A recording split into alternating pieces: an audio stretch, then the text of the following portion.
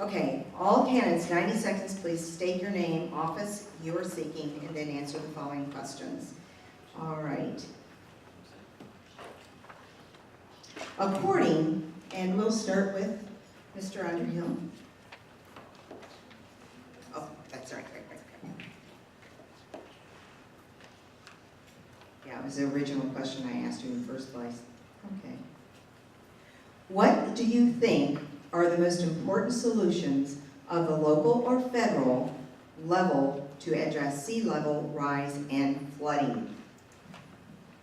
Thank you. My name is Doug Underhill. I'm running for re-election to District 2 County Commissioner. So the answer to the question will be done specifically on the local, because that's my job, is to stay focused on the local issues. There is very little that can be done at the local level to address the sea level rise itself, but what we have to focus on is stormwater management and also focus on minimizing the consequences of that sea level rise when it happens. One of the primary things that we've been doing for the last 4 years, and we need to accelerate and continue for the next 4 years, is septic to sewer conversion in our coastal neighborhoods. Strangely enough, here in Escambia County, many of our coastal neighborhoods are in fact lower income areas. So the pure market forces alone would not have ever gotten to the point that would warrant a $5,000 per house increase in cost of making that conversion. That is why it's so critical to use the NERDA, NIFWIF money, the BP oil spill money as an opportunity to create that reality in the marketplace that the marketplace itself would not do. We've been doing that for 4 years. We've been doing a phenomenal job of that for 4 years, and I think that we need to continue and we need to accelerate it. Furthermore, we need to continue to spend more of our restore money, not on things like industrial parks up in Beulah, but continuing to focus on building resiliency into our neighborhoods, particularly our coastal neighborhoods. Thanks. Okay, Mr. Trotter, next. Hello, I'm Scott Trotter, and I'm running for County Commission District 2. I think the most important thing we need to do as far as addressing flooding is we have to recognize the fact that the world is warming. The storms that we're going to face in the future are going to be more intense. Hurricanes are going to be stronger. We're going to have more flooding events in the future. The flooding events we're going to face over the next 50 years are not the same flooding events we faced in the last 50 years. Everything's going to be worse. It's going to be more. The floods that used to be once in a century are going to be once in a decade flooding. We need to expand our stormwater drains. We have to make sure that the ones we have are well maintained. We have to educate the public to make sure that the storm drains are clear. If you have a storm drain and it's clogged, you don't have a storm drain. There's a lot of little things we need to do. We need to try and reduce our amount of hard surfaces, have more permeable surfaces. We need to look at our building codes. Places that are not flooding zones now will be in the future. We need to make sure we're addressing that. There's a lot of little things we need to do. The number one thing is we have to recognize the problem and deal with it for the future. Thank you. Good evening, and thank y'all for having us here tonight and for this forum on really a critical issue. And we live in paradise, but paradise that we live in here is fragile. We live here because we love the water, and here we're hearing that we have a threat to our future from sea level rise, and it's a real threat. So I think the first thing that we can do, and this is something we all do, whether you're in government or just a private citizen, we need to stop having a foolish argument about whether this is real science or not real science. What we need to do is understand that it is reality and address the reality, that sea water levels are rising. And I think when we start to do that, then we'll start to focus on some solutions to the issue rather than being distracted by the polarization of the discussion. We have issues that we can do at a local level. We have got to continue to work on stormwater, drainage. We can buy and be prepared for certain areas with more pumping to be able to move water out if drainage isn't sufficient. We have certain areas, in fact in District 2 we have them, but throughout the county we have them, where we have very low areas like the causeway going over to Inter-Area Island, which will flood in a heartbeat, and will flood again with even more likely with sea water levels rising. So first and foremost, let's stop having this silly discussion about whether it's real science or not real science, and understand it's the real world and start to fix it. Thank you. Thank you, candidates. Okay, to make it fair, I'm going to kind of do a round robin. So, Mr. Trotter, will you start with this next question? Okay, according to flood IQ data about Escambia County, sea level rise plus a Category 1 hurricane would cause flooding-related damage in 2,604 homes just this year. What can we do now to protect these areas? Mr. Trotter, we'll start with you, and then Alan.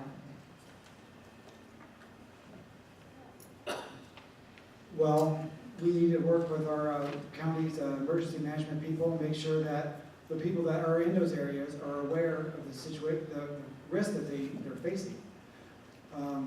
You know, there's not a lot we can do right now to actually prevent the danger, but we have to make sure that we're educating the public, we're educating those specific people at what they're facing, and make sure that we get the word out when there's a storm coming, that they need to get out. They can't wait it out. They can't wait it out in their house. They need to get somewhere else. Thank you. Well, there's certainly a responsibility on all of our parts to identify the areas that are most likely in danger and to try to take preventive actions so that they will be able to adjust and deal with it, whether it's evacuation at the point of danger itself or whether it's long-term solutions.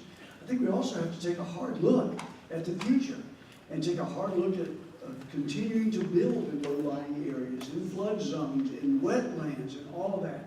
We need to be smart about what we do for tomorrow while we try to deal with the issue that we've got on hand today. So whether it's putting in pumps to help out low-lying areas, whether it's raising roads, whether it's hardening structures, or whatever it might be to abate things that we have to deal with, we got to be smarter about tomorrow. Thanks. First thing we got to do is we have to hold the line that we have set for the last couple of years about not allowing the developers to develop in the wetlands. We have got to hold the line on the master plan that was created for the northern sector that set aside large swaths of the land, particularly in the wetlands, particularly in those waterways, to allow for stormwater to properly attenuate before it gets to our bays. That affects our turbidity. We have to hold the line on that. It has been a long, hard push. Quite frankly, the folks that do the developing are pushing very hard back the other direction, but it is in everybody's best interest to continue to do that. The other thing is we need to continue to put in place the items that were brought up in the Stormwater Action Team after the flood of 14. 2 days from now, in the Board of County Commissioners meeting, we will be funding and letting a contract for the replacement of the old Corey Field Bridge, the final last step of making sure that we have proper drainage out of the Jones Swamp. Thank you. Okay, Alan, if you'll take the next question, and then we'll work back this way, Mr. Turner. Okay. All right, next question. What is your single most significant personal or professional accomplishment regarding sea level rise, the environment, energy conservation, or sustainability?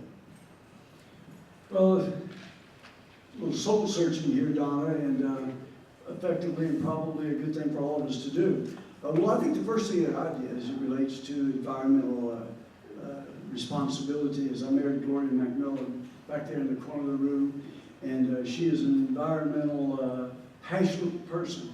So we don't have styrofoam, and we don't have plastic unless it sneaks into the house, usually with me, and I usually get a tongue lashing for it. So we can do stuff at a very, very basic level, at a personal level, each and every single one of us. We need to take care of adjusting our thermometers. We need to be more energy efficient and cost conscious of all of those types of things. But I think it's not any giant step, it's little steps. Now, in my professional life, I've been a safety, health, and environmental executive. And I've dealt with those issues in the government, at the University of California's Nuclear Weapons Lab, worked with the Indian reservations in northern New Mexico. And so I've dealt with these things, and I would continue to make them my priority. The single biggest thing that I've done in that realm is definitely the Bayou Chico watershed. I led the Board of County Commissioners in purchasing land in the watershed of Jackson Creek and Jones Swamp. We have acquired so much of that land that, again, allows that stormwater to attenuate before it gets to Bayou Chico. But I've also followed when following was the right thing to do, and I hate having to say this with Grover in the room, but yeah, the Board of County Commissioners and Grover's leadership got $12 million, the single Restore Pot 3 project to dredge Bayou Chico. And the dredging of Bayou Chico, the final cleaning up of all the industrial sins of generations in that bayou, along with these purchases and acquisitions that ensure that the water flowing into the bayou is clean, that is, once all that is complete, that will be a major improvement, a major accomplishment that, quite frankly, any politician would be happy to hang his hat on. All righty then. Okay. You got one more? Oh, I'm sorry. Do you need to have the question? I think I'm good. Okay, good. I'm sorry. That was That's right. I've never worked in that field before, so I haven't done a lot professionally. I'm retired Air Force. I've been that for the last 21 years. But in my personal life, we bought a house here 4 years ago, and we've cut our energy use by over a third. We put in insulation, we put in film on the windows, we've got a line in the backyard to put the laundry on. That kind of thing is what I want to bring to the county. We need to reduce our carbon footprint as a county. We need to give individuals resources to how they can reduce their carbon footprint. So that's really what I want to do. I want to try and be, for Escambia County to be an example of how we can be better stewards of the environment. Right, thank you. all right.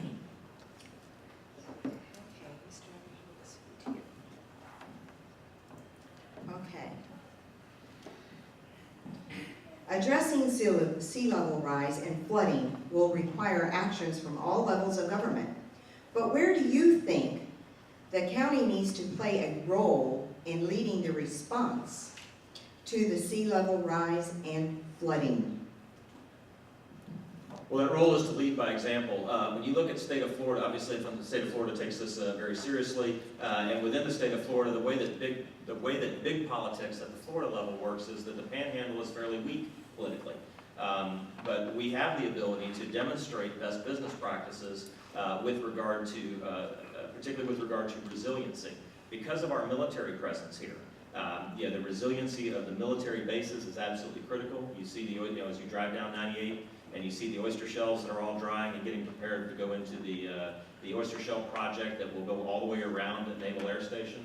That kind of setting a great example of exactly what you can do to harden your shoreline in a natural way, hardening the shoreline in a way that does not ruin the intertidal zone, which is quite frankly the nursery of all things that live in the water. That kind of an example set for the rest of the state of Florida. While they're still arguing about it, here in Escambia County, we are actually putting on our muck boots and building it.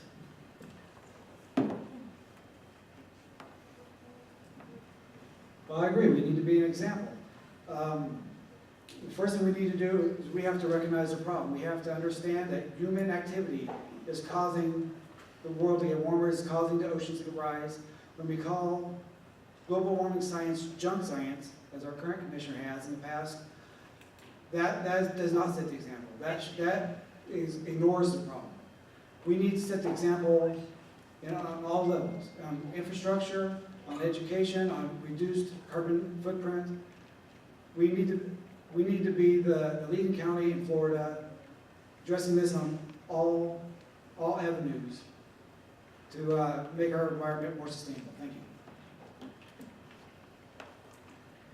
Well, I've always believed in the power of you, the people. The real answers don't come from the three of us or the one of us that's going to win this election. It comes from the people.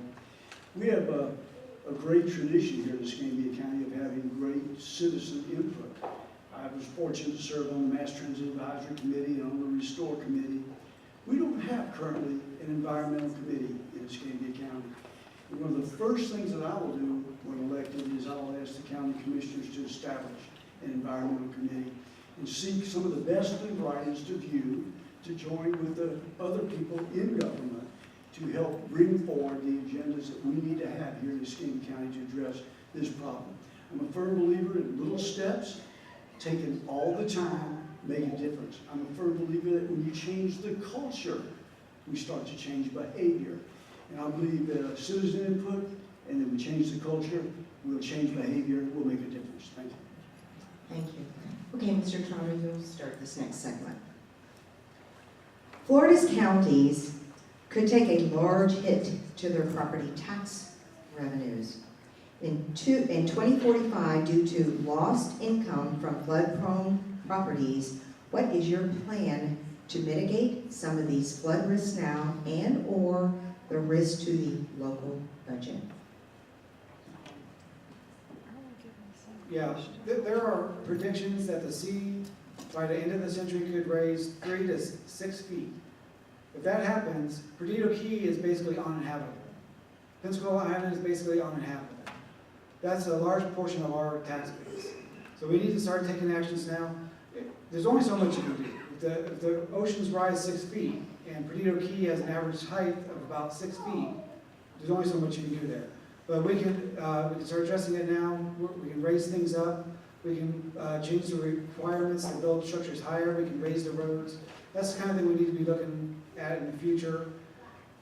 The really important thing is going to be nationally to limit our carbon output so that we can actually arrest the rise in global temperatures. All right, thanks. Well, again, I look more for steps, small, consistent, never stopping steps to make progress rather than giant brainstorms, though we do have great ideas that can make big differences. So I think the first thing we do is we look at the future. We stop making the problem that we're talking about worse in the future, and we reserve the right to be smart about our future growth. That's the biggest single thing I think we can do. Secondly, we come back and we start to deal with what we know is on our immediate horizon. We do that by planning and by budgeting and by making tough decisions. And throwing money at this problem isn't going to fix it. Throwing good ideas at the problem and changing our culture of how we view the problem is probably a better way to look at getting the money that we need to put aside to fix it. So I'll take little steps, get started, face the issue, don't deny it, bring the people together and change the culture. Thank you. One of the first things we have to do is recognize that there is such a thing as too much construction on a barrier island. There's only so much that you can continue to stuff on those barrier islands, and there is risk associated with it. Unfortunately, the federal government has absorbed a lot of the risk associated with living on the barrier islands, and that should not have been done. That's echelons above our reality that we can't fix. But what we can do is we can limit the amount of construction that is allowed out on the islands. I came into office guaranteeing that I'd put in place the Perdido Key Master Plan, which does precisely that, slows down construction on Perdido Key. One of the last places left in Florida where we haven't screwed it up completely yet, guys. The PKMP is in place to do that. The other thing that we need to do is we need a very comprehensive plan for inlet management. And when we do the dredging of Perdido Pass and Pensacola Pass, as well as the Intercoastal Waterway, that we don't just dump that sand offshore as we always have, but use it to re-nourish the Gulf Islands National Seashore. That program, the Pensacola Inlet Management Program, I passed into law about 6 months ago, seed funded it with my discretionary fund, and we've got grant money coming in now to make it reality. Okay, we're at the point now where, do we have any questions from the audience? All right. Okay. We'll start with you and then come back around to Dr. Bettis. Okay. How do you, now this is from the audience, okay. How do you feel about living shorelines? How do you feel about living shorelines? Should government funding be involved? Sorry, yes. Should government, okay, let's do this over. Let's get it right. Okay. How do you feel about living shorelines? Should government funding be involved? No, I'm sorry. Okay. All right, well, I think living shorelines are a great technology, and where we have used them in some places, they've been phenomenal. I think what we need to be careful about, as in everything in life, one size does not fit all. And I think there's been a rush to say living shorelines are the answer. And they are, in fact, a great answer sometimes. We need to be careful where we put them, and we need to recognize that there are multiple ways to do living shorelines. We can have, like at the foot of the 3 Mile Bridge with oyster shell reefs, we can have grasses, we can have accommodation of all kinds of things. But living shorelines are a great technology. They clean the water, they help prevent erosion, they mitigate wave action. But we need to be careful and we put them in the right places, and we put them in places with citizen input, so that the citizens know what we're doing and they have a voice in it. Thank you. I'm emphatically in love with them. They're the most awesome thing that we have done, because not only when you put in the living shoreline, you get an immediate stop to the erosion, but then very quickly after that, you start seeing a massive improvement in the biomass around those living shorelines. Very soon after that, you start seeing nature heal herself, because she's actually designed to do that, if you'll let her. The sand starts to accrete behind the living shoreline, and the beach begins to grow. And then once that beach starts to begin to grow and there's a protected sand area, then your spartina starts to grow behind that and starts to hold that sand in place.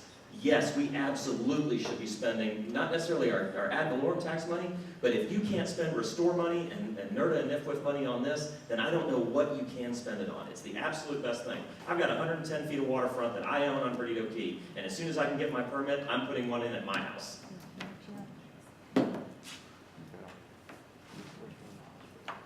Yeah, I generally support them as well.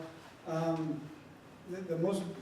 think where this question is probably coming from is Navy Point, which put in a living shoreline a while back, and there was quite a bit of controversy about it. I think it's a good project. I think from what I can tell, it's working the way it was supposed to. The problem is with the way it was implemented. People were left out of the process. No attempt was really made to reach a middle ground or to work with the public. There was a lot of people ended up walking away from it feeling like it was shoved down their throat. So when you do something like this that affects people's access to the water, you really need to bring everybody on board. Everyone's not going to be happy, but you need to try and work with them. You have to explain the process, mitigate their concerns as much as you can, and move forward with it. It is a good technology. It's working in Navy Point. I support it. Thanks. Okay. Who's that? Who we start this next? Is it you done? Okay. All right. District 2 has some of the highest concentrations of low-income residents in Escambia County. Many of these residents live in locations that are vulnerable to flooding from both sea level rise and extreme rain events. What is the proper role of local government in helping these residents who are more vulnerable to impacts due to their economic status? But one of the biggest things that we've got to do is we have to remember that the first 72 is on you in a storm. Okay, not everybody wants to hear that, but no matter what your social station is in life, you have to understand that the first 72 hours after a storm, the government's job is to reconstitute the government. Okay, so evacuation and all of that kind of thing is something we should be training and practicing for and teaching our citizens. There's a lot of citizens in this county who were not here in Ivan, who don't know. You know, the first couple of years after a storm, everybody's doing the right thing. They've got gas cans in the garage, they got the generator, that kind of thing. The folks that don't know, that have a hard time getting through 72 hours without government service in a normal day, are not going to be able to be the resilient citizens that make a resilient society for a storm. We have to train and teach primarily. That is our #1 goal. The other thing, though, is for these communities, the lower income waterfront communities, things like the septic to sewer conversion, that is not going to happen without government assistance. When the stormwater comes up and gets into those sewer and septic systems, the things that it is then putting into our water is just far too costly to all of us for us to let that go. We've got to continue to focus on getting that septic to sewer conversion.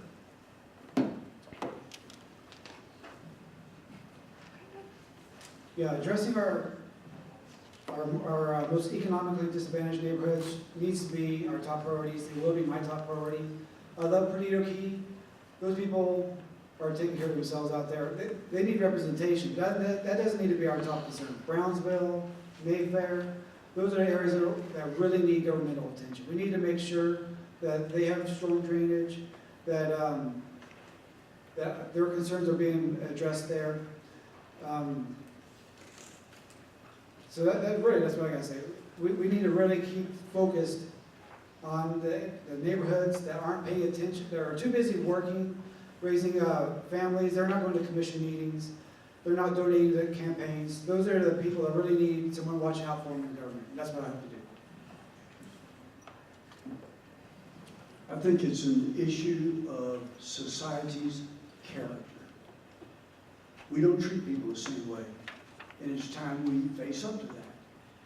I had the opportunity to spend some time in the Tan Yard area last week with the Community Association, and I looked at what they're dealing with down there in their streets, full of muck and growth and algae and tadpoles. I laughingly said, we should put up a fishing sign and start fishing in the street. That would not be happening on Country Club Drive, and that would not be happening in Cardinal Park, probably on Pensacola Beach or Perdido Key. We've got to start treating the people the same wherever they live. It's an issue of character of government. When we do that, then we'll stop having this great disparity. We'll start bringing the haves and the have-nots a little closer together. So I think it's a problem we can fix. We just simply have the will. We have to have the will to do it, and it starts with admitting to it. Thank you. Okay, we'll start with you, Mr. Trotter. Since wetlands and riparian areas can minimize effects of flooding, will you ensure their protection and prevent development of these areas? Yes. Yeah, protecting wetlands, that needs to be, I don't think you're going to get any disagreement up here on that. That needs to be a top concern. Preventing urban sprawl, limiting our hard surfaces, all that needs to be done. I don't really have any more to add to that. Yes. I think you're not going to get any disagreement with it, the three of us, from what you've heard from us already. I think every one of us believe that we have got to do a good job of preserving the magnificent paradise we live in, and the wetlands are one of the most sensitive areas of all. And we just simply have to say no when developers want to develop in the wetlands. And it's a matter of courage, but that's what we get elected to do. And if we don't do it, don't vote for us. Well, the answer is an emphatic yes. We will continue to do that, starting with my own property, making sure that I manage that properly. Always clean your own house first, right, before you start lecturing others. But the major land acquisitions in Jackson Creek and in Jones Swamp are very indicative of a long track record of that in the last 4 years. But the real question is not going to be down here along the coast, folks. The question and the fight for the next 4 years is the sector plan in the northwest sector of the county. We've set aside massive amounts of land that developers think was too much. But all of those waterways filter the water as it heads into our bays. Now, I won't take much of Grover. I know Grover's going to talk a lot about the new basin management plans that we put in place. But we have to take a comprehensive approach, and we have to not give the waivers, folks. That's what we do, is we come up with a plan, the plan sits on the shelf, and we always give the waivers to the developers when they come and ask. We have to hold the line. Now, we've managed to hold the line a couple of times. Other times in the last 4 years, we have not. We need more and more people on this board who will hold the line and execute the plans as the people have made them.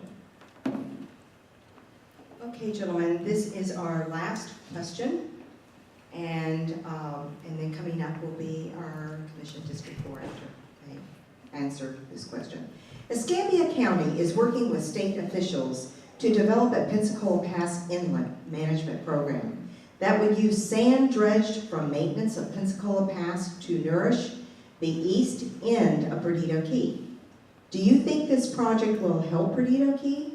And will it be sufficient to address erosion issues, especially as sea level rise and storm intensity increases? Sometimes a politician has to know when to say they don't know. I don't know. I'm not an expert on that. I'm going to work with the county's experts. I'm going to listen to our scientists and our people that deal with that. And I'm going to listen to the public who may have special expertise in that, and we'll move forward with that. But I really can't answer questions.